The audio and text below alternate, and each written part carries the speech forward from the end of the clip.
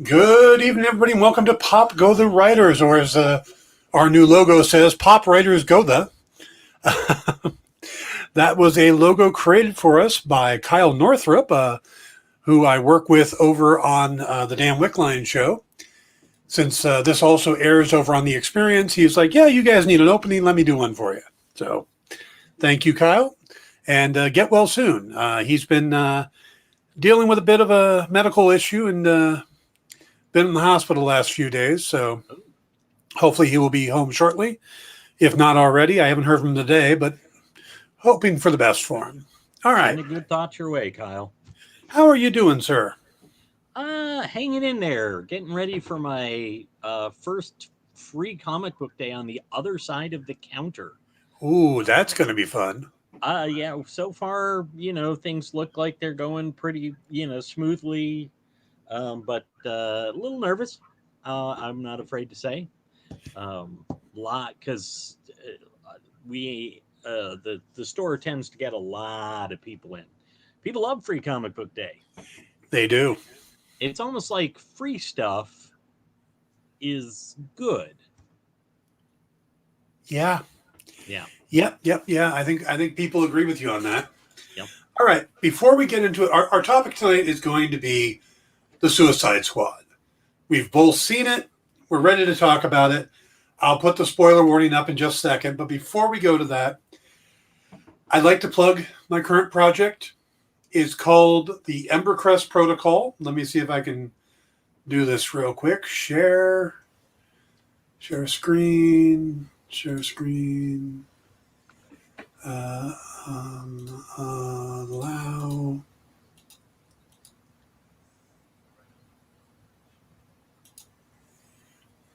Allow.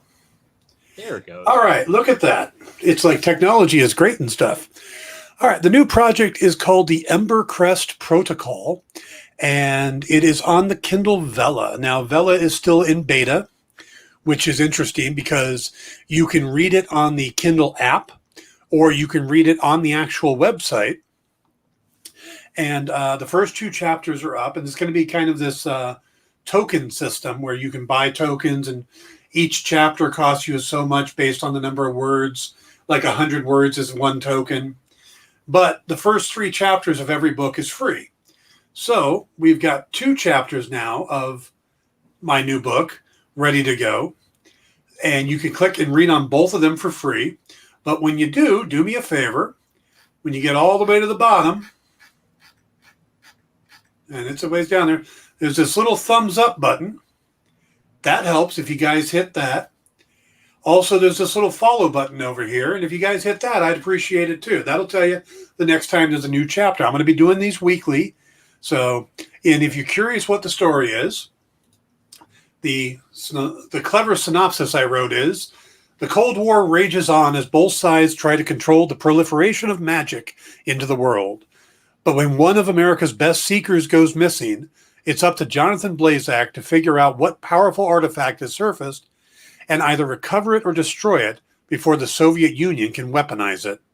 His only lead is Symphony Shirzo, a young research assistant who doesn't know that magic is real, or that she is now the central figure in a world-changing battle between nations. This is a 1970s style kind of spy thriller with magic. So, spy thriller, urban fantasy kind of mixed together. And that's what's going on right now. So, the Born Sorcery premise. Yes, a bit like that. It's James Bond meets Doctor Strange, or where he uses his gun, his wit, and a few choice spells to defend the United States. But again, it's all Cold War style stuff. It's got kind of an homage to the Bond feel. So, like I said, something fun to read if you guys are looking for something different. And the first 3 chapters will be free. 2 of them are up there right now. So take a look if you get a chance. All right. Let's see. I think we need to put up a follow. Yes, right. Like and follow, please. All right. Let's put the spoiler warning up. We haven't done that in a while. Stephanie Brown, where are you? Okay, it's going to be that week already, is it, Paul? Hey, I had to sit through your promo, so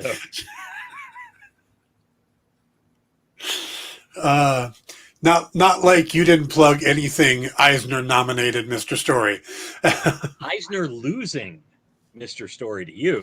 No one ever says Eisner losing. They say Eisner nominated, which means they lost. Yeah, well, after the first. Yeah, after the award's given out, if you're still Eisner nominated. Yeah. Yeah. And, yeah. So, Well. Yep. All right, let's talk about Mr. Gunn's Wild Ride. Yeah. Holy moly. Yes. I call it splatter shock humor, because there were just so many times where your first reaction is, ah! Yes. And then you find it turns into a ha ha ha ha ha. To me, the best example of that was them going into the camp to save Flag, and with the two of them kind of trying to outdo each other.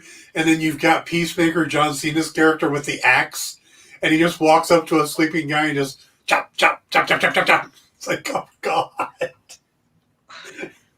Well, and the worst part, of course, the worst yet weirdly funny part of that was that it's like, oh, Flag, you've already made friends with these people. Yeah. Oopsie. Oops. Oh, they would have been allies. Oh, our bad. You didn't know that? And I love the response was, we didn't see anybody. It didn't hold up very long, though, did it?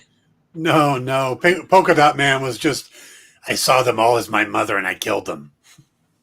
Oh, my God. And Polka Dot Man, whoever thought that, I mean, it's not that they made him dangerous. Like, that's not that hard to do. Yeah. But that, like, the way his condition worked was just horrifying. Oh, yeah. Yeah. I mean, at one point, he looked like the Toxic Avenger, which, of course... More colorful. Yes. But, of course, Lloyd Kaufman from the Troma did cameo in this movie. Yeah. And that's... Yep, he was in the bar when Cena first walks in. He bumps into Lloyd Kaufman, and of course, Gunn got his start doing Romeo and Juliet. Gotcha. Yep. Yeah. Yep. So,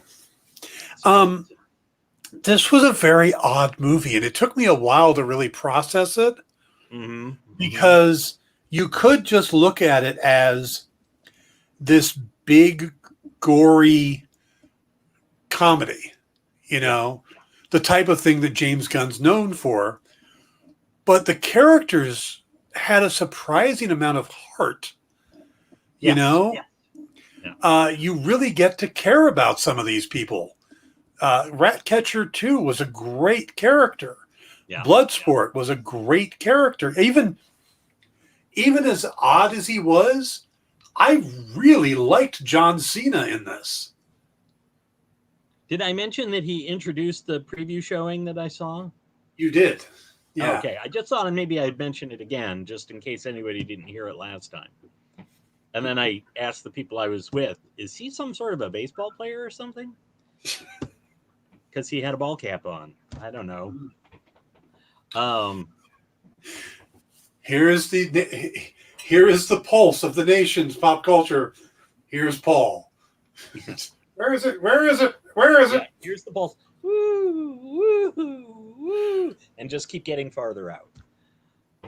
Where's the Toxic Avenger clip? I saw the credit in the end. I'm not sure where it is. Like I said, I know Lloyd Kaufman's in it, and I know at one point when Polka Dot Man really gets covered, his face looks like the Toxic Avenger, but I don't remember seeing the actual clip, but I do know they are thanked in the end. So I'm not sure exactly on that one. And that was Jamal who asked that question. I should probably click on that. That's, asked where because Toxic Avenger is credited in the end, so there does need to be something from it. So it must have been on one of the TVs they passed or something. Yeah. That makes sense. But yeah, just about all the characters. I mean, I'm surprised. I even felt bad for Weasel when he hit the water and everybody freaked out. Like, did nobody find out if he could swim? Yes. But you know what the biggest shock to me was? And it shouldn't have been because it made sense, but Flag, Quinn, and Boomerang were all on the decoy mission. Yeah. Waller was completely fine with them getting killed. But Flag was her boy. Yeah, maybe it should be called the Execution Squad instead of the Suicide Squad. Unless she's still pissed off at how things ended the last movie. Yeah. She was definitely more than willing to throw them all away. Yeah. Perhaps because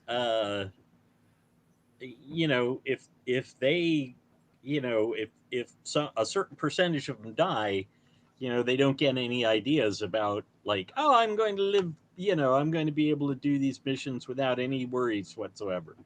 I don't know. I'm beginning to suspect that Amanda Waller might not be nice. I'm not positive, but you said that online. And my response was the same. Peacemaker seemed to like her just fine. That's true. Him and his toilet bowl head. It's a beacon of freedom. Yes. What? Doesn't look like a beacon of freedom.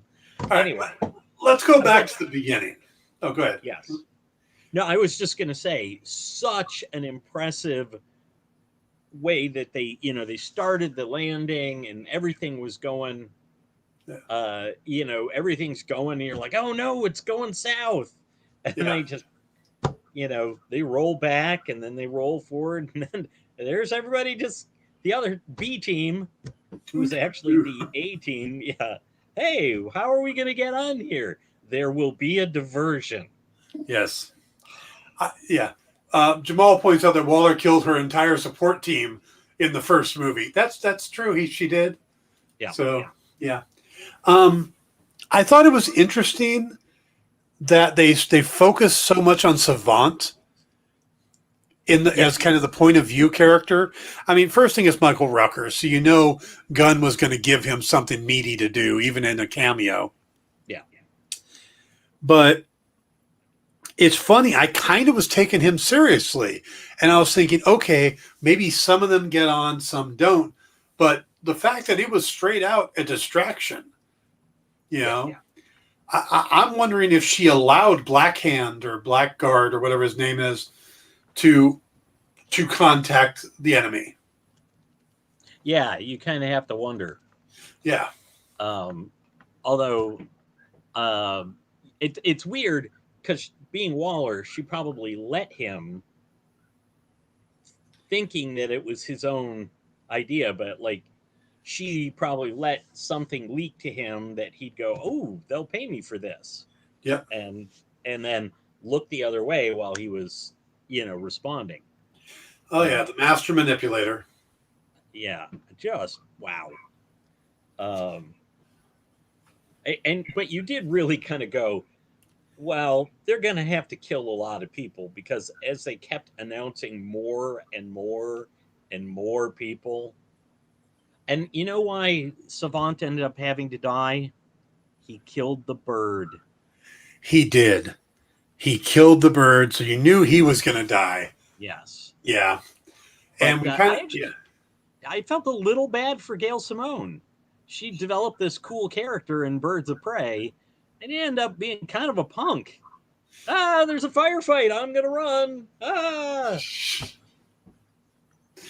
Yeah, that was weird that he turned and ran at the end. Especially since it's not like he didn't know. Yeah. Now hide, maybe, but... Yeah. Yeah. But you look at that opening lineup, and you could kind of went which ones were going to die. It was pretty obvious. The TDK was a goner. Yeah. You didn't think that Javelin was going to make it to the end of the film? No, but I didn't think he would almost seem competent at some points, too. Yeah. I don't think he actually did anything, but he didn't seem silly either. Yeah. Yeah. Not easy when you're A, Javelin, and B, Flula Borg. Yes. Yeah, it's like Pete Davidson as Blackhand or Blackguard or whatever it was. Blackguard. Yeah. I mean, you knew he was going to die almost instantly, but you didn't realize he was going to be the turncoat and get shot by his own friends. It's like, oh, okay, yeah. I missed his big green and gray armor. So yeah, from the comics, the big thing with the plume, purple ponytail. Yeah, the plume. Yeah. That would have been cool. Mongal. I thought she was tougher than that, but no. Apparently, an exploding helicopter is all it takes. Yeah. By the way, I don't think TDK is actually dead. Okay. Because he was listed as condition critical. Okay. On the screen. So he might have died. Somebody definitely needed to give him a hand. But and he was certainly disarmed. Yes, he was. Yes. So should apologize for those too. Those were bad. Yeah. So Jamal says she didn't know, that's why she asked her guy if VG was fully vetted. Oh, Blackguard. Yeah. Okay. Well, she said. Yeah. Oh yeah, Ron. By the way, hello, Ron. It's been a long time, but yeah, this was definitely definitely going to be an R rating because I think you get one in a PG-13. Yeah, and then you also had the really close ups of heads exploding and goldfinches eating Savant's face, and which was a nice turnaround. Yeah. Although I was wondering why Goldfinch would be on that island, but sure. Revenge. Yeah. It's the John Wick of goldfinches. Yes. By the way, Jamal also thinks that TDK is alive. Yeah. Suicide Squad returns. TDK. Who isn't an actual DC character, but he's kind of... He's Arm Fall Off Boy. Yeah, he's Arm Fall Off Boy, yeah. So... Well, maybe he's Arm Fall Off Boy's ancestor. But definitely when his arms popped off, the imagery on the inside was very much the way Arm Fall Off Boy looked. Yeah, which is a horrible character name, but TDK isn't much better. Your name is Letters? Yes. And wasn't it just from his name? Yeah. Like his regular name. It's just his initials. Mm-hmm. Yeah. Frankly, in this situation, he should have been known, and this is for the gamers out there, as TPK. Total player kill. Party kill. Yeah. Party kill. Okay. Yeah. But I did really like how that whole first segment played out. The flashing back, the two missions, I thought was really good. Yeah. I thought, and they did a nice bait and switch. I really thought that Bloodsport was going to be basically just a fill-in version of Deadshot. Right. But no, it was completely his own unique character from the moment he got into a yelling match with his daughter. And it's like, doesn't care and all this stuff. It's like, yeah. All right. So he's not Deadshot. And they certainly gave him his cred right away with, he once put Superman in the hospital. With a kryptonite bullet, Yeah. You know, it's kind of funny. There's that one moment where the three of them are in the truck together. Peacemaker, Flag, and Bloodsport. And he says, he talks about the killing move. And he, basically he knows the other two are going to know it too. and they all do it on the same time. And then and they all get out. They all got guns, and it's like, wait a minute. That's a competent team of soldiers. Yeah. This can't be Suicide Squad. I actually liked when Waller introduces Peacemaker, and it's like, and Bloodsport's reaction is, that's what I do. Yeah. Yeah. Yep. Yeah. And then they get into the little one-upsmanship going back and forth. All right, what does he say here?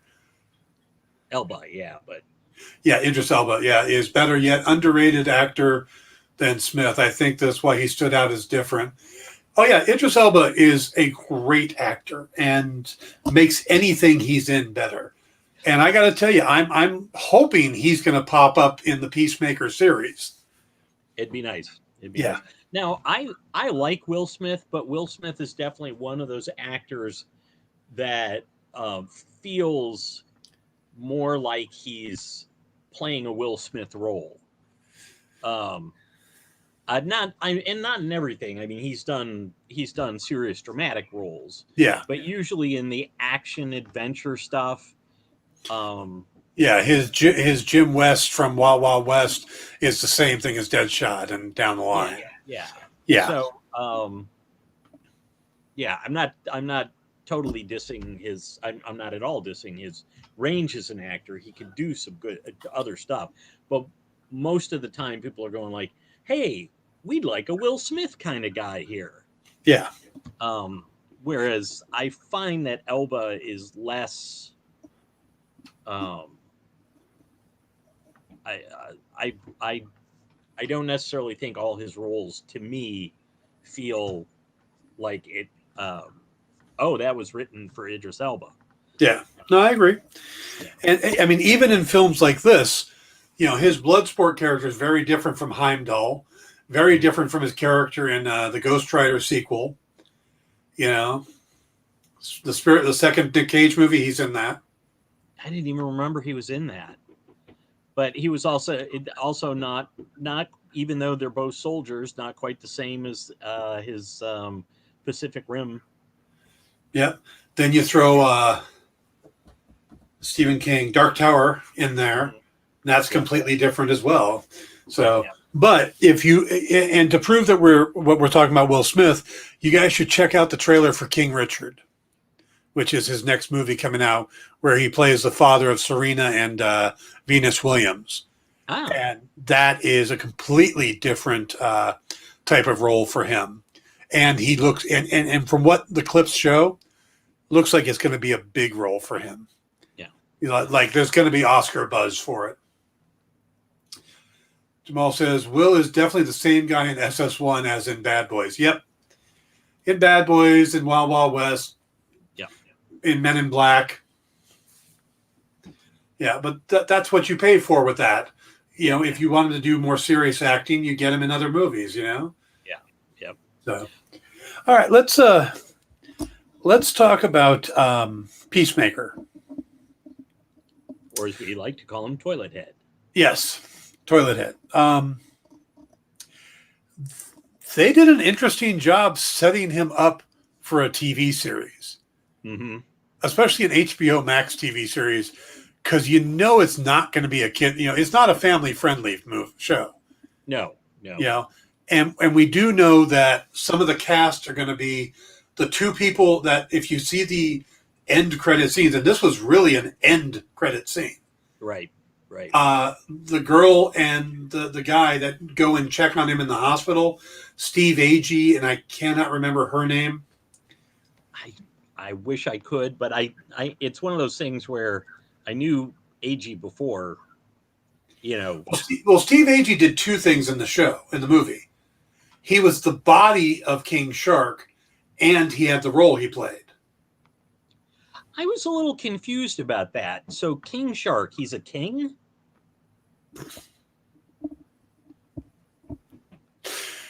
That one's going out to Gail Simone. Paging Gail Simone. We need you, Gail Simone. And it's the joke I always make. Yes. Because I'm nothing if not predictable. Toilet head, that's racist. That's what Jamal says. Hey. Yeah. But Robert Patrick is going to be part of the show as his dad. Really? Yes. Interesting. Yep. Yeah. And I love that James Gunn gets these actors and he gets these connections. I mean, from what I understand, Steve Agee grew up next to James Gunn. They grew up next to it, in high school and stuff. So he throws Steve Agee in his films.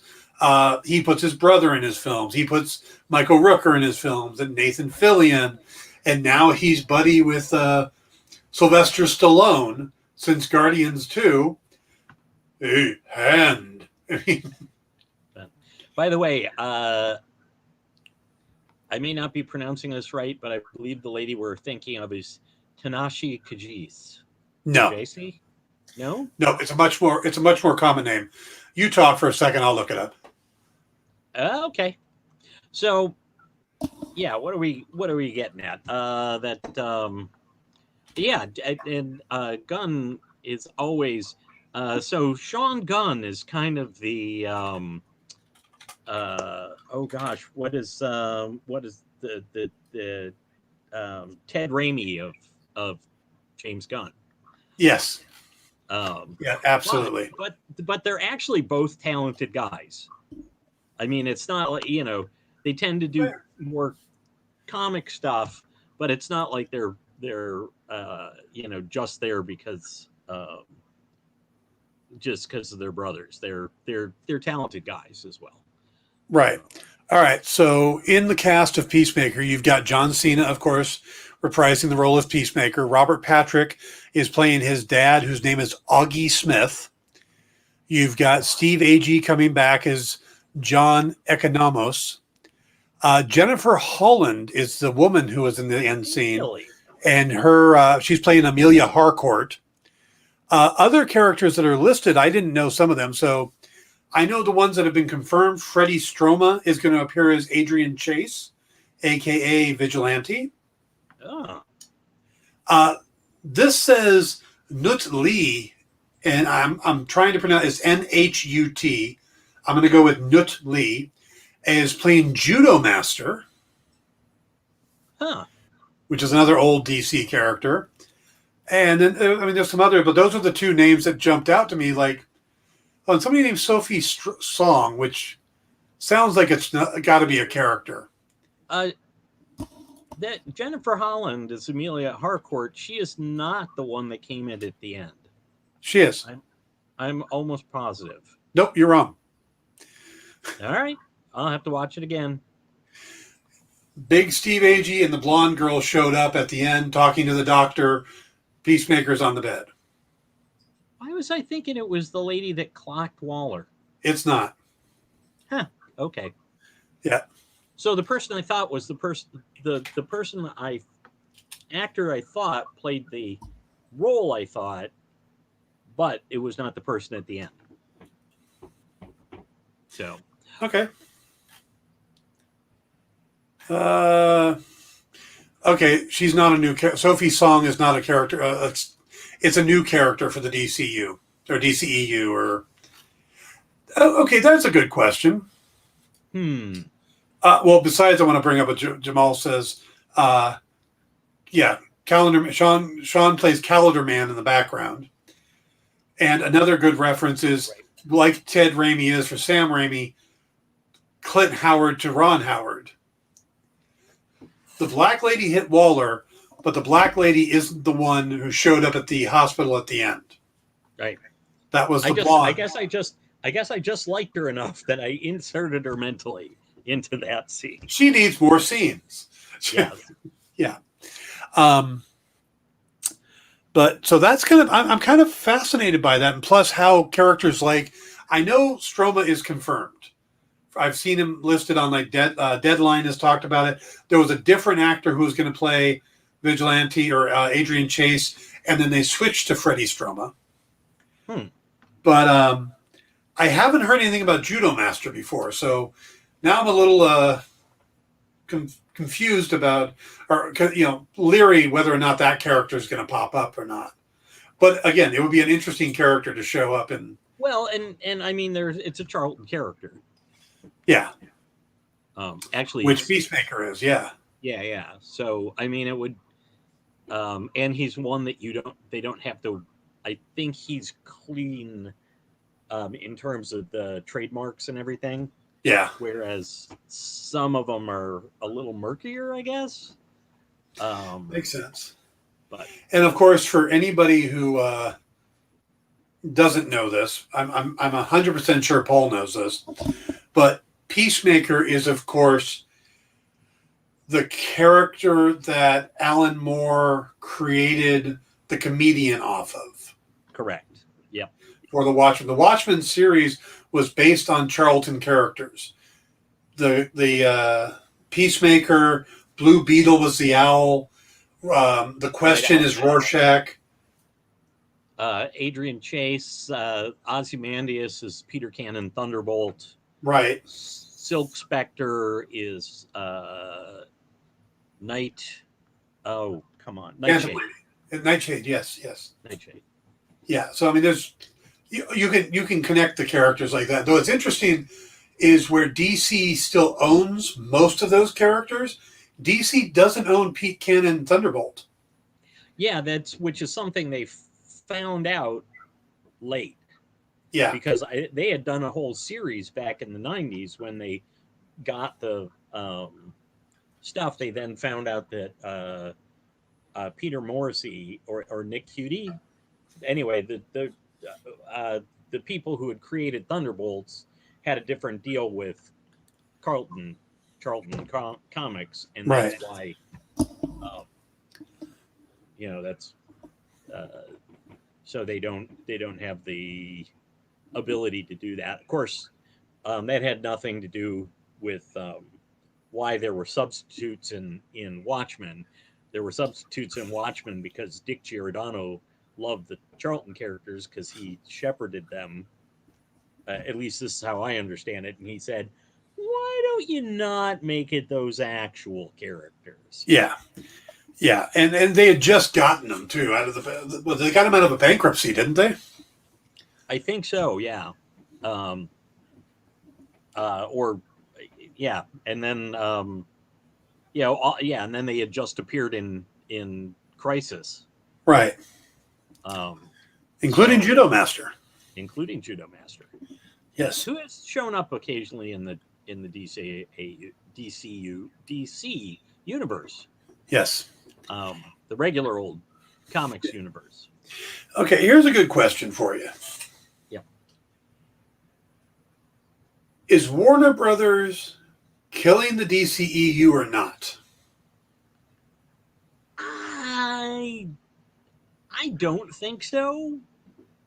I think they're just fumbling around until they're throwing spaghetti at the wall to see if it sticks, as the old saying goes.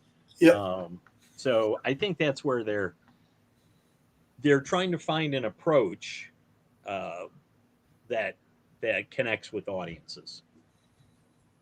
And the weird thing is that, this is probably, I would expect this is going to be one of their biggest, maybe not in terms of money, but in terms of critical praise and fan praise. Because, go ahead.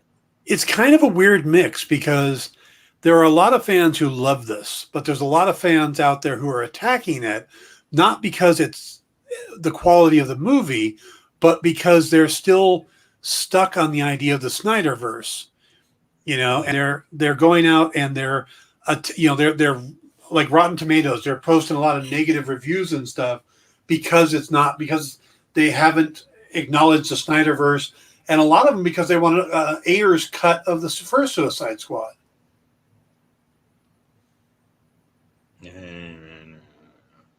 I am tired. I mean, it just is like, yeah, we get it. You're a bunch of spoiled brats, and you want exactly, I'm tired of it. You get what you get and move on. I'm just tired of listening to people. Oh, Zack Snyder was a genius, and then blah blah blah, and this and that. And it's like, look, the guy had to step away, and they couldn't just stop everything because of his family tragedy. And it's kind of this same thing where comics fans are always like, oh, if we just roll back comics to the point where I like them, that's what's gonna make comics bigger than anything. But Warner's did take the opportunity to drastically change the movie. Yeah. So I don't think it's a matter of he had to step away. They brought another director in to finish, but they brought another director in and then gave that director a very short amount of time to make drastic changes. Sure. That even Whedon says that he wasn't as comfortable making as, but he was trying to save the film and get it out there. Yep. So, but okay, so there was a bad Justice League movie. Mm-hmm. The next one maybe will be better. And this whole we got to claw back, go backwards. We always have to go backwards. Well, I don't know if it's backwards, but it's like they keep jumping all over the place. You get Man of Steel, which to me was a good movie. It had flaws, but it was a good movie. Batman v Superman was a little odd, but again, I can see how it's working in what Snyder's trying to do, and then Justice League. But you get the other movies off of it. You get Wonder Woman, which was fantastic. Then you get Wonder Woman 1984, which is about as cringeworthy as you get. Yeah. Or you get Aquaman, is another good movie. Yeah. But we don't know what's going on with the sequel. And there's going to be a horror spin-off of The Trench. Oh, no, there's not. Then we get Shazam, which is completely different in tone than everything else in the DCEU, yet we get this weird cameo of Superman's suit. We don't even get Henry Cavill, we get the suit. Yeah. I think the problem isn't the creators or what they're doing. I think the problem is that Warner Brothers has changed their executives so many times, and every time one of them makes a decision, then suddenly they're gone and a whole nother decision gets made, but the other one's already in the works, like the Snyder Cut. One regime said, yes, let's spend the extra money. Let's do the Snyder Cut. It's a great way to launch HBO Max. Yeah. And I agreed with all that. But by the time it's ready to go, there had been another regime change, and the people in charge were then like, well, we got to put it out now, we promised, but, we'll just keep it on the down. They didn't really hype it as much as they could have. And it's this weird mess. Warner Brothers is just a mess. And until they find a direction and a Kevin Feige. That was what I was going to say. They need a Kevin Feige, not just we'll get one director who will, and yeah, they can't decide on the tone that they're going for. Yeah. Not that each and every Marvel movie is exactly the same, but they feel of a piece. Yeah. There's extremes. Or there's Ant-Man doesn't feel like the other movies. It's more humorous. There's more jokes in it than compared to Iron Man. Well, no, there's kind of humor in just about all the movies, isn't there? Yeah, there's and yeah, but they run the gamut that the early Marvel universe tended to do. You had Iron Man doing the technology stuff. You had Thor doing the mystic stuff. Captain America fighting the would-be Return of the Nazi guys and stuff like that. Spider-Man fighting his amazing rogues gallery, of semi-street crime, because most of his enemies are thieves. Yeah. They have a gimmick or whatever, but but they still all kind of felt, well, because Stan was writing most of them. Yes. So, and before anybody jumps on me on this, yes, Stan would give a plot, the writers would run, or the artists would run with it, and yeah, or a concept, the artist would plot it, and Stan would script it, however you want to look at it. But ultimately, the ultimate voice that we ended up reading was Stan's. Yeah, I mean, I've thought about that a lot. Recently, went through Danny Fingeroth's book on Stan Lee, which was very interesting. Listen, especially since Danny reads it himself on the audiobook. Oh yeah, yeah. But you look at somebody like Spider-Man, and yes, visually, that's all Steve Ditko. Steve Ditko came up with an amazing design and a unique look, and he plotted out, whether he did the most of the plotting after a certain point, or if Stan was, it was still Stan's dialogue. It was Stan's, and Steve was a very conservative, Ayn Rand following person. His stories went that direction, and Stan brought them back more into the common populace at the time. But when you think of the things that make you stick in your head about Peter Parker or Spider-Man, you think about his relationship with his aunt and MJ. You think about his rogues gallery and his look, but you also think about the situations he was put in, that inner monologue where, he's always the sad sack loser. Things never go his way. Even when he gets the hot chick, there's still problems, Yeah. And the quipping, the bantering, contrasting with the internal monologue. Yeah. And that wasn't in the plots. That was Stan brought to it. So you can't look at a character and go, well, that's all. Just like you can't look at it and go, well, that's all Stan Lee. Stan came up with the idea of a Spider-Man, and then, they just drew it. Well, you can't go that way because the look and the characters, the villains, all of that was crucial. But you also can't look and go, well, Stan, Steve did all that, and Stan was just a hanger-on.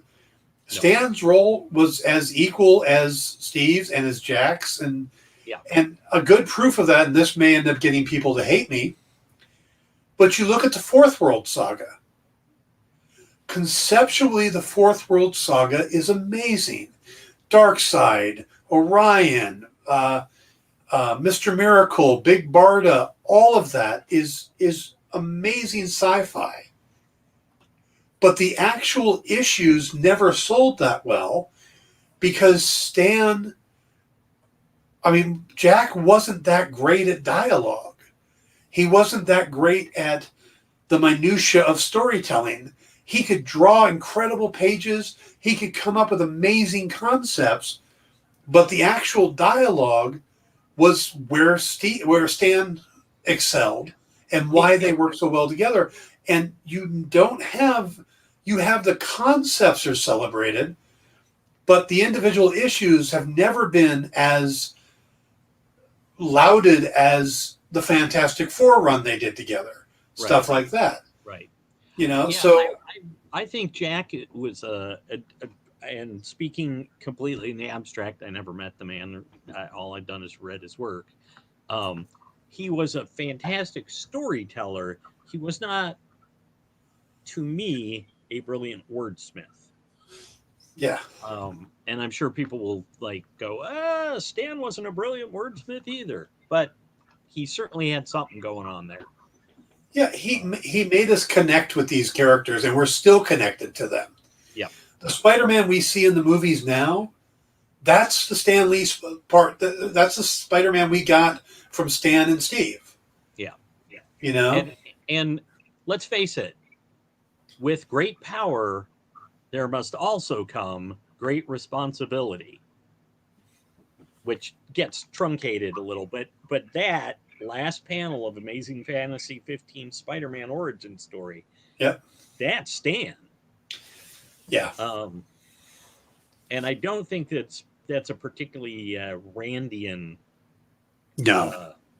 stance. No, that's definitely not very Randian then. And I don't know how much he was doing that in the beginning, but everything I've read is that a lot of times you'd have these scenes where Peter would be kind of getting into an argument with these hippies or, the modern day movement.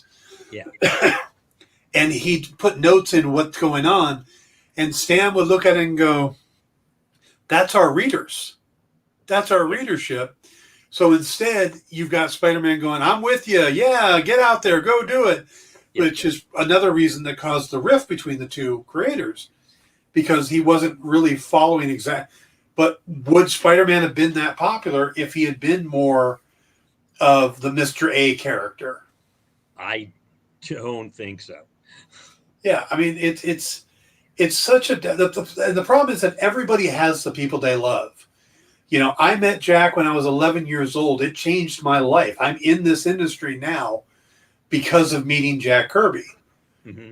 But at the same time, I can appreciate his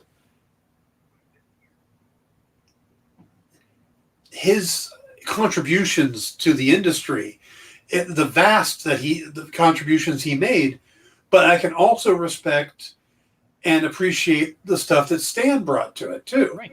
Right. And I guess having worked on comics with some great co-creators where it's a very synergistic thing, we can talk back and forth, but also I've worked on projects where I write a script and send it to the editor and I don't see it again until it comes out in print. Yeah. And I know which way is better I think creates better comics is the first one where I get to, the stuff I did in the freeze to me is better because I was on the phone or in Messenger with Phil Sevey all the time, or working with Dave Hartman or Ben Templesmith, all these people where I have a conversation. But if I'm just turning a script in and getting back the results, then sometimes it doesn't communicate as well. You can't fix things on the fly.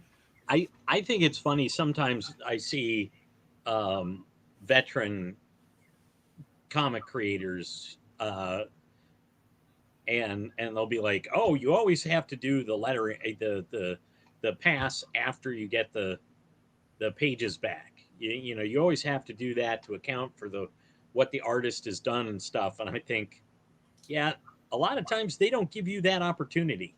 Right. If you're not at a certain level, people aren't coming to you and going like, oh, and would you like to take a second pass? If tweaks need to be made, then the writer makes it. Now, but by the same token, when I worked at DC, there were a couple of books I worked on where some of the art changed some of what was going on. So we worked together to make, just tweak it a little bit so that the dialogue and stuff fit the circumstance a bit better. But, you didn't always get that opportunity. Like I didn't always get that opportunity when, sometimes the first thing I saw was, they're like, oh, here's the copy, or, here's the proof. Just let me know if there's something, they're more looking for spelling errors and another set of eyes on the editorial side of things. Proofreading. Absolutely. Proofreading is what they're sometimes looking for. Anyway. Right. Let me put up what Jamal's talking about here. Jamal says Kirby is the Zack Snyder of comics. Visually tremendous, writing not so much. Eternals didn't sell that well either after Kirby's comeback. True. The Eternals never really did that well. Yeah. But they're popular characters. Yes. But I think it's mean to compare Kirby to Snyder. And then Jamal says, Ditko didn't think villains should know the hero personally. Stan obviously thought the opposite. Yeah, good point. Because personalizing these, Sam Raimi did that in all of the movies, personalized the characters to, he worked for Doc Ock. His best friend's dad was the Green Goblin. In the third one, it's the Sandman actually killed Uncle Ben, you know? So, all right, we've gotten way off topic. Way off the Suicide Squad at this So let's bring it back to this. One of the things I really appreciate about James Gunn is how much he cares about the creators that came before him. And you can see that if you follow John Ostrander online, good evening, Cody. If you see John Ostrander online, he posted a ton of photos from the red carpet. The producer of the movie is the one that got him out there. Actually, I think paid for his flight. I can't say for sure, but it got the impression that the producer is the one that brought him out there. And you see that basically every actor, every behind the scenes person all went out of their way to pose with John Ostrander. Right. Plus, he got the small role in the movie where he gets to put the bomb in the back of Savant's neck. He's Dr. Fitzgibbon. And I really like how much Gunn is tipping his hat and even saying that, he referred to this movie not as a sequel to the last movie, but a sequel to John Ostrander's comics. So to me, I really can appreciate that, because I think a lot of these big movies come out and you get that lump of thank yous at the end. Yeah. And that's pretty much all that the creators get. Marvel's been pretty good about, every once in a while popping in a cameo. Stan Lee was obvious, but Walt Simonson showing up in Thor, things like that. He was also there. You just don't see her up close. Right. J. Michael Straczynski and Iron Man? Thor. Yeah. So, and that's probably Kenneth Branagh's doing. That was all Kenneth Branagh's movie.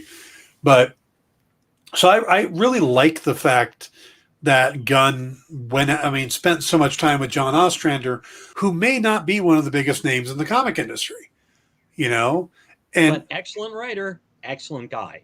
Absolutely, on both those parts. And hell, I'd love to have him on the show. Love to talk to him. But to see a writer being that taken care of by Hollywood did my heart good, Yeah. I really appreciated that. Yeah. Yep. Indeed. Yeah. Indeed. Yeah. All right. So was there any characters you thought stood out way more than you ever expected them to, or just don't go ahead? Oh no, it's in answer to that. Ratcatcher 2, and the fact that they made a point of so totally doing the DC who's who in the DCU of calling her Ratcatcher 2. Yes. Not, she's the second Ratcatcher. No, she's Ratcatcher 2, which is the same way that they always put it in those handbooks. Yep.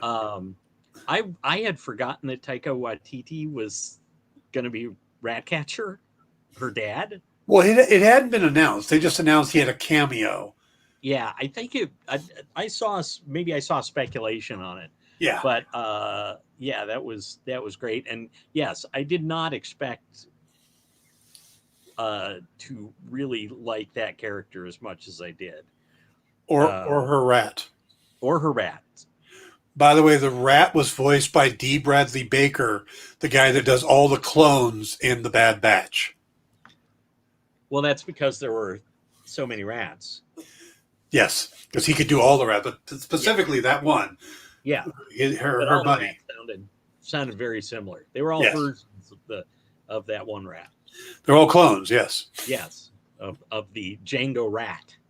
Yes, Django rat. Oh. So, yeah, I now how about you? Did you think that there was a really surprise standout there? Oh, no, Brian's got it. Brian's got the answer. Yep. Milton. I loved that scene because it was that scene was so much the entire movie broken down there. Because you had the guy who went, oh my God, they killed Milton. And then you got Bloodsport going, he was still with us?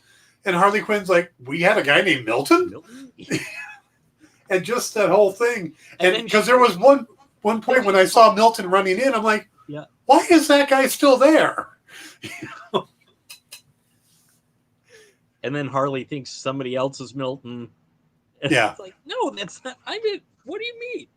Yeah. Jamal's playing along. Who's Milton?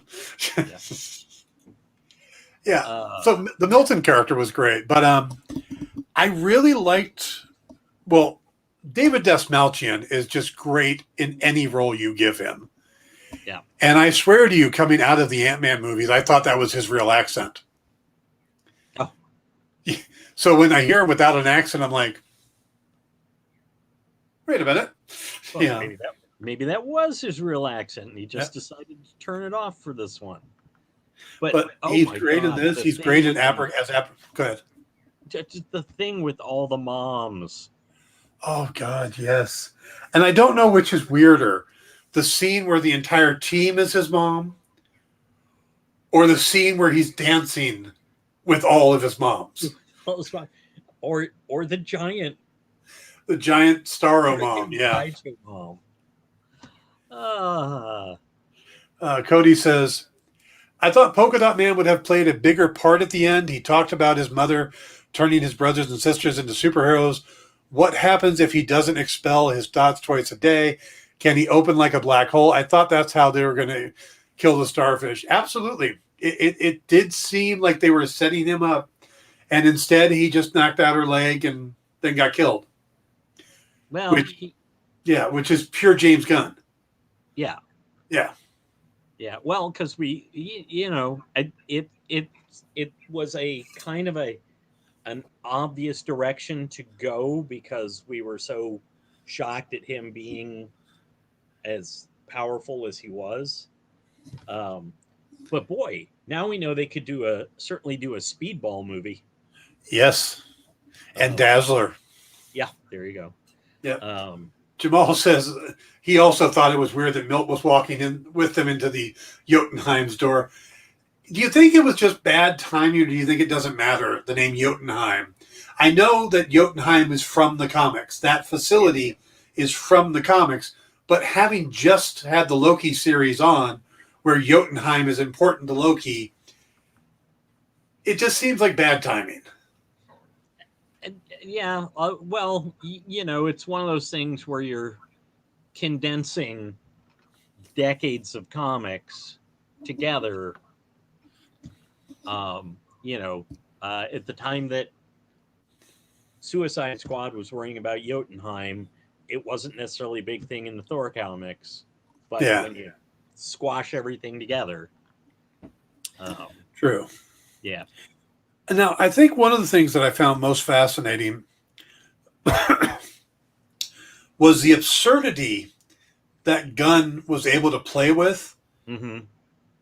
Was so well done that in the end, where we get something so insanely absurd, we roll with it. Yeah. The floor drop with Bloodsport, a la the Aristocrats. Boom, boom, boom, boom. Yeah. And just have him show up at the exact moment he needs to save Ratcatcher 2. Yeah. There is no other movie I know of that could get away with that without critics going, oh, come on. You expect us to believe that? Nope. We're good. No one's even picking on that scene. We're like, of course that happened. Yeah. Yeah. Well, and Harley managing to run just far enough that as all the stuff is crumbling behind her. And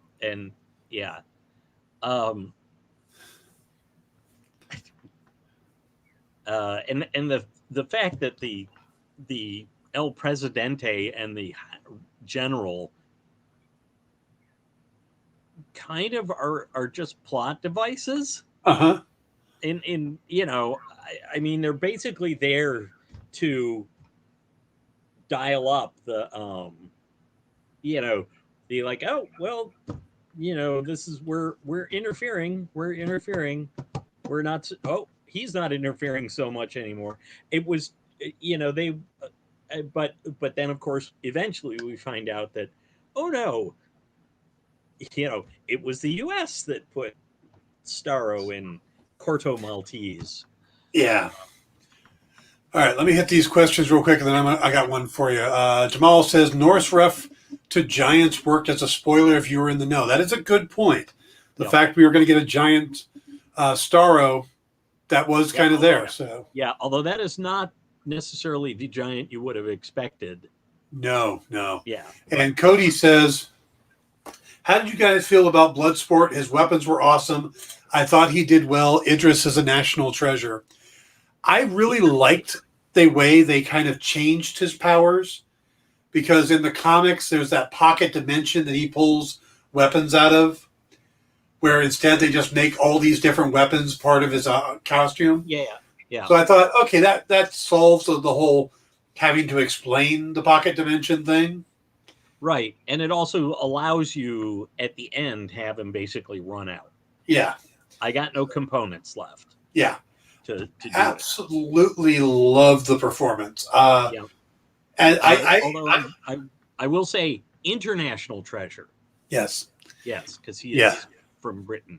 Yes, I am a huge fan of what he did in this movie. I'm a huge fan of Idris Elba anyway. Yeah, but to me, he was much more of a developed character than anybody in the first Suicide Squad movie. And I liked the bond that he had with Ratcatcher too.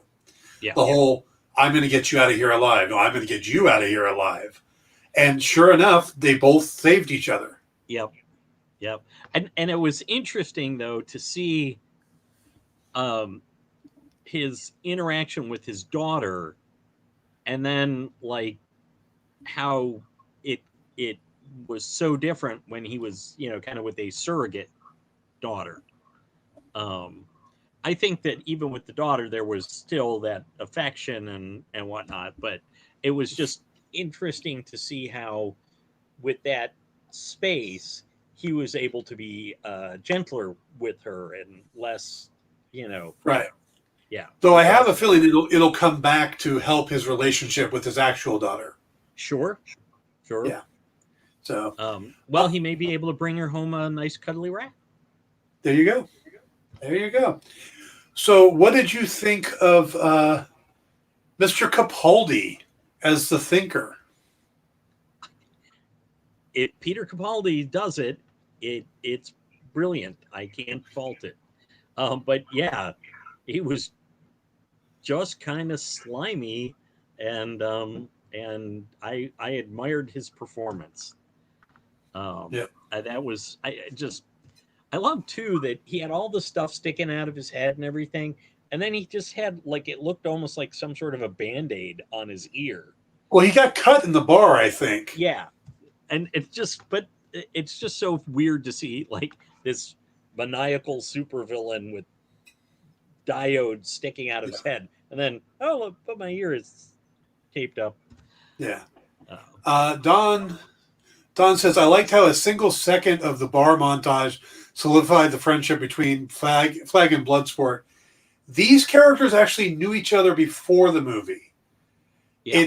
It's handled very quickly, but Flag is the one who introduced or suggested Bloodsport to Waller, and that they actually had worked together in the past.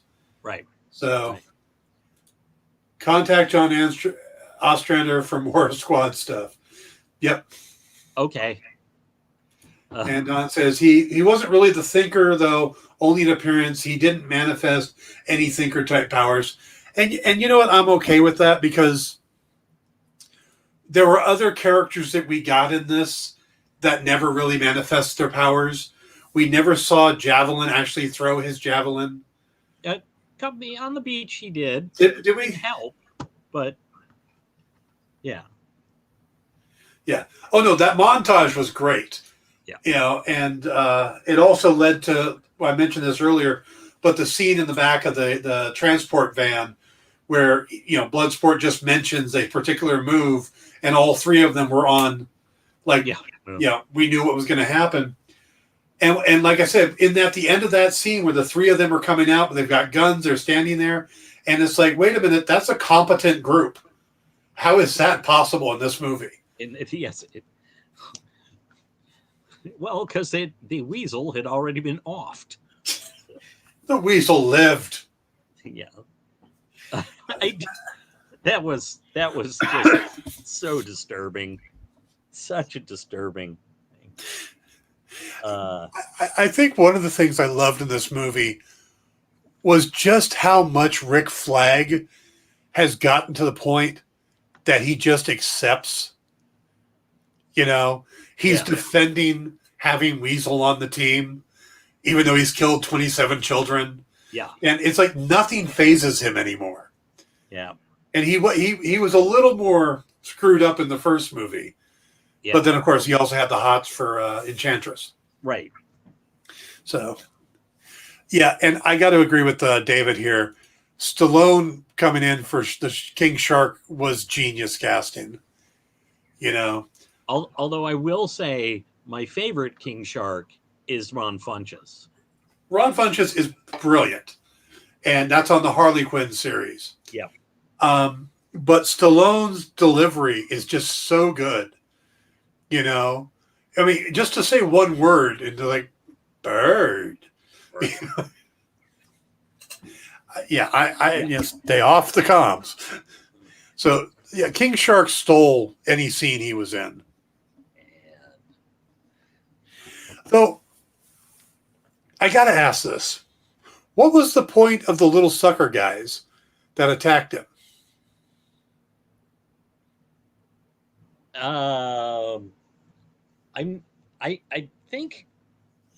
I think they were supposed to be like Starro food. And I think it was just to kind of keep King Shark busy for a while. And also just, I think it was also just a thing where it's like, oh, look, they're so cute. Oh, now they're kind of like those little guys in Galaxy Quest. Yeah.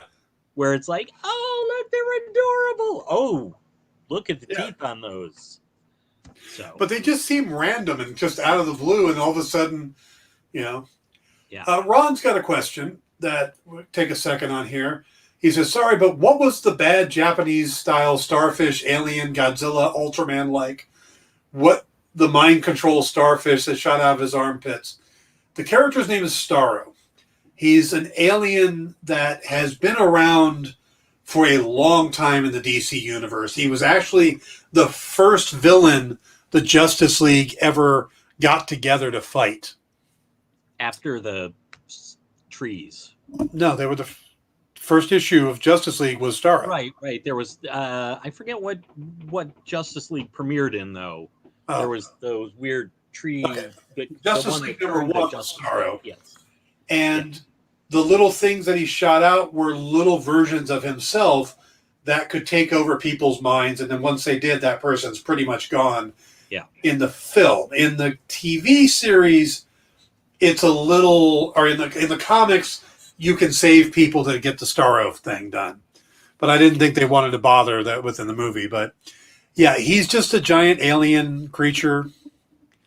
They call him Starro the Conqueror because the things slap over people's face. And then Don's got the answer here. Yeah. Starro was the bad guy. Who was the one that... And it's Brave and the Bold 28. I thought it was Justice League 1, but yeah. So, first enemies they fought to bring them together was later revealed as Apalexians, different form. Right. That's the one that's the ones I was thinking of. Yeah. Jamal says the little jellyfish guys reminded him of Barbarella. I can absolutely see that in the baby doll scene where they start trying to chomp on her. Yeah. And Don says, King Shark thought he found kindred spirits in the jelly creatures, but they turned on him, whereas his friend's true kinship was with the other squad. Yeah, there you go. There's a good point for that. All right. Don also says that Stallone leaned into... So that was Stallone embracing his image as a moron. He leaned into it. And Stallone is not a moron. Stallone is actually a pretty smart guy. Jamal, I'm going to be honest. I didn't see any weasel penis. I just thought it was the only thing I saw was his tail. Yeah. But I'm not saying there wasn't any, but I wasn't exactly looking for it either. So it was just such an odd scene to suddenly see him wake up and get up. Yeah. So Yeah. I thought Waller was far too heartless here, and she was in the first film. She really needs more of a comeuppance. Agreed. Yeah. Yeah. Of course, as I recall, the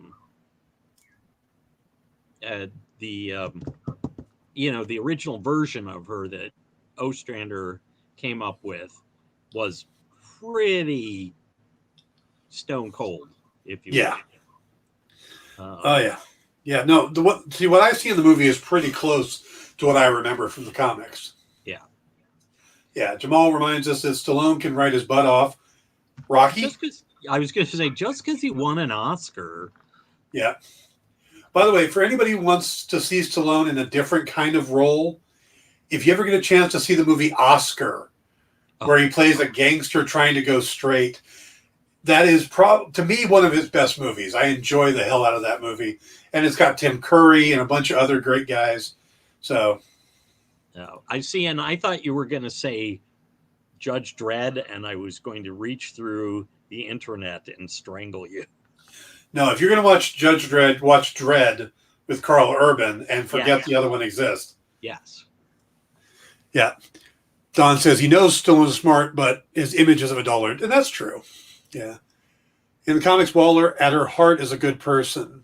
Hey. But you know what? I think it's kind of like Peacemaker, and they really think they're doing the right thing at any cost. So... Oh, Jamal brings up Copland, another good Stallone movie. Well, it's no Tango and Cash, but I suppose it's okay. But what is?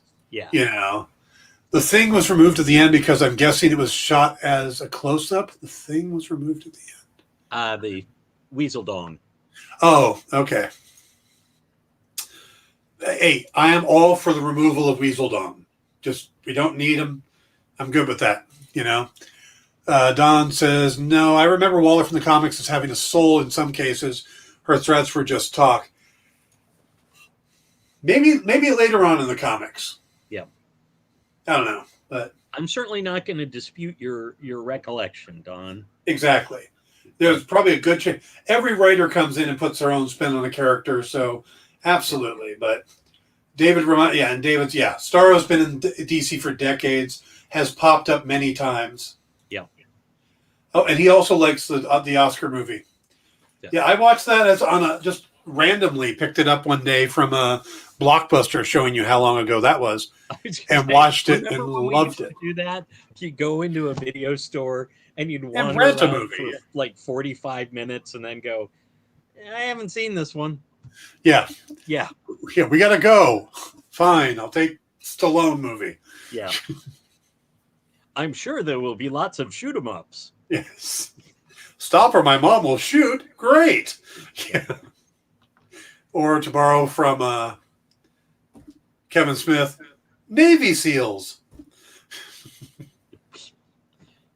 Yeah, there is some great dialogue in that movie, and Tim Curry is okay. Let's be honest here. Tim Curry is great in just about everything he does, whether it's Hunt for Red October or McHale's Navy. I mean, whatever movie you put him in, it doesn't mean the movie's good. It means Tim Curry is good in the movie. Or The Shadow. The Shadow. Oh my God, with Ian McKellen and Jonathan Winters. That is such an amazing movie from just stepping back and looking at it. Yeah. Don says, what's great about this movie is that hopefully Warner Brothers will realize that not every superhero flick needs to be an origin movie. That is a great point, Don. And I hope they do. And I hope they find their Kevin Feige, their guy with the overall vision. And I think what makes it work for Fahey he's not the one making the movies. So far each time they've tried to do it, they've tried to make it with a director as the guiding force. You need to have that overseer. Then you bring in the directors and their vision, and you kind of guide them. Look at Star Wars. Star Wars, we all look at it as this amazing property and stuff like that. But the first script that George Lucas finished was rough, and his wife had to edit it into something that would work. Yeah. By the way, quickly, Jamal, you are correct. Legends was by Ostrander Byrne. Yes. Yep. And David, that's interesting about Harley's accent, because she bopped back and forth actually in this one. Yeah. She did have the accent at some points, but she slipped a lot. And I don't know if that was to indicate the instability of Harley or what. But yeah, there's a good amount of the film that is when Harley isn't the lead character at that moment. Mm-hmm. She tends to have that accent when she's interacting with other characters. But when it becomes her movie for that mm-hmm. little chunk of time, where suddenly it's Harley Quinn becomes Evita, her accent does change. And it might be because they were kind of doing Evita. Yeah. So I thought they were doing that one with Fran Drescher. We're going to say Evita. We're not talking Fran Drescher. I'm still trying to. What the heck was that one? Wasn't Timothy Dalton the? Timothy Dalton, yeah. Yes, I know which one you're talking about. Can't remember the name of that. Anybody wanted to? Yeah, it's The Beautician and the Beast. Ah, there we go. Why that popped back in my head, I don't know. But now, see, now that we're talking about it, I don't necessarily think it was an accident that she switched.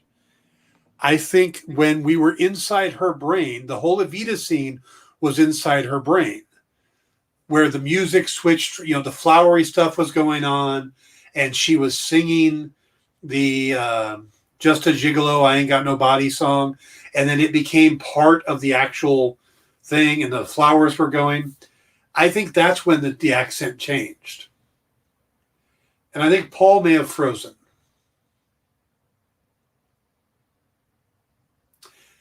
Anybody think Paul froze? I think Paul froze. So we'll go on. David says, she is amazing in the role. Never had the accent until the Joker entanglement. That's true. She is someone who gets drastically changed by her surroundings, and she's very malleable to the situation, which I find fascinating. We see that with the cartoon series, how much she's affected by her friendship and eventual love for Poison Ivy, how much she grows away from Joker, and how much she diminishes when she's with Joker. I think that's a psychological thing that the writers work with when they write the character. And yeah, I think it's great. And so I think the accent change stuff is probably a purposeful thing. It's not an accidental. Now, I could be wrong, but she's a real good actress. Gunn is a really good director. I think they would have noticed it. So Jamal points out that it comes back in the Milton scenes. Oh, Milton. We miss you, Milton. And Don says, someone will have to explain to me why Alice Braga took on this movie. The leader of the rebels really didn't have much meat. Paul's back. Don says, someone has to explain to me why Alice Braga took this movie. The leader of the rebels really didn't have much meat on the bone as a role, and she clearly doesn't do comedy well. I tell you the truth, until you pointed out that was her, I didn't even know. Sometimes, though, people take the role and then a bunch of it ends up on the cutting room floor. Mama Danya. Yeah. Mama Danya from Falcon and Winter Soldier was a very talented actress who got brought in, and all we end up seeing of her is her dead corpse in one episode of the series. So, yeah, the Palm who does Mantis in the Guardians of the Galaxy is one of the dancing girls in the bar. It's a cameo scene. You know, why does Stallone do the voice of King Shark? It's not a lot of time on screen. You know, he's got a handful of lines. Some of it is because James Gunn asks you to. And then once you get in that little James Gunn circle, you get asked to do a lot of things. And I wouldn't turn him down. James Gunn called me up and said, "Hey, Dan, we'd like you to come on set for half a day. You're going to be a dead body." I'd be like, "I'm there. Where do you need me?" Well, we did get to meet the Martian Manhunter. Let me throw this out to our listeners while Paul unfreezes again. How many of you think that this might save the DCEU compared to how many of you think that DC is just going to kill it like they've been leaning towards? You know, will we get more connected stuff, or are we going to start fading out and losing all the Snyder stuff? Will we start going in a new direction? How much of it are they going to hang on to? How much do you think are they going to push away? You know, I mean, every time we turn around, you see the upcoming Flash movie, and it's like, well, that's still kind of in the DCEU. It's still Ezra Miller. It's still going to have Ben Affleck in it. You're going to have, you're also going to have Michael Keaton in it. Yeah, and the Batman certainly doesn't look like it's. Yeah, that's completely different. DC is an utter mess right now. Where Marvel, they're just kind of rolling along, going, "Oh yeah, hey, let's do a Loki series. Let's see how that does. Oh, we're going to do an animated series that is actually canon because, well, the multiverse is going to exist." Yeah. Until it's gone. So it's technically canon, but it might not actually affect anything.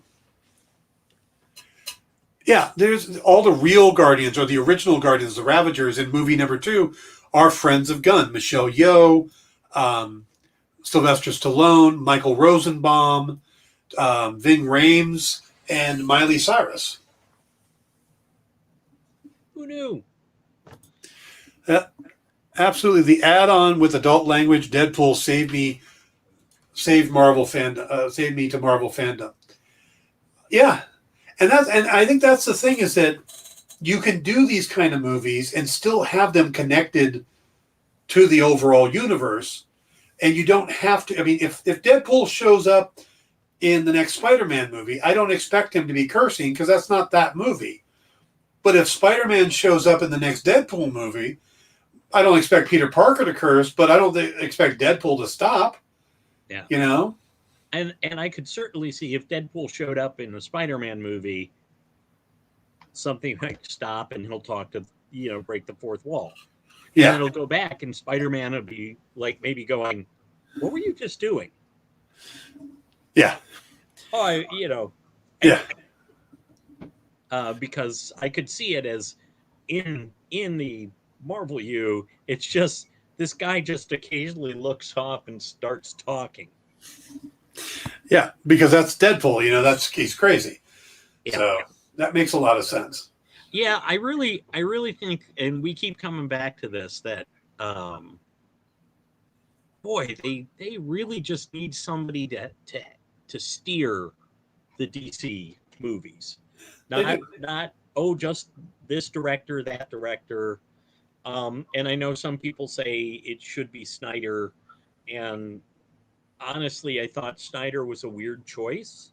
I liked his Watchmen better than some people did. Yeah. But I think to helm the DCU, he was a weird choice because that's the DCU to me tends to be, even with Batman in it, tends to be the kind of brighter or more hopeful. It just, I think doing it as a monochromatic grind doesn't feel very much like DC to me. Yeah. Now, see, I think they could have got Chris Nolan to do it, but I don't think he was interested. And Nolan, of course, is the one that brought Snyder in. Yeah, well, I wouldn't have liked Nolan DCU either. I think the I'm bottom the one line. that doesn't love Nolan's Batman movies. I think the bottom line is they need someone who loves the characters from the comics. Yeah. I think Snyder loves these characters, but not necessarily the comic version of them. This bigger universe that we've gotten of them, like Nolan's Batman and stuff like that, or the Alan Moore's version of Superman, that type of thing. Yeah. So, I think if they've, for a while there, I thought Jeff Johns would be an excellent choice.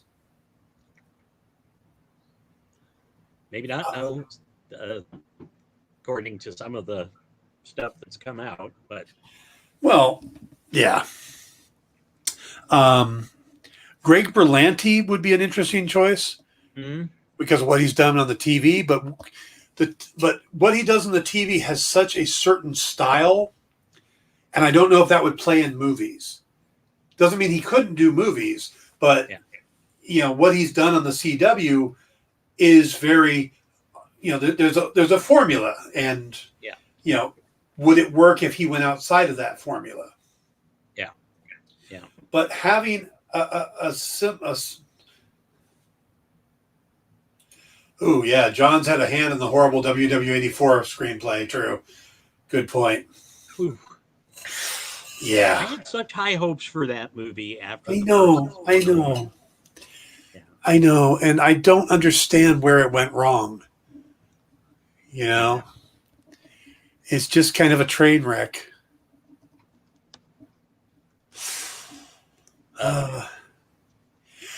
Jamal, I don't want to get too much into it, but Jeff was part of the enablers for the whole thing with Joss Whedon and the situation with Ray Fisher, and on the set of Justice League.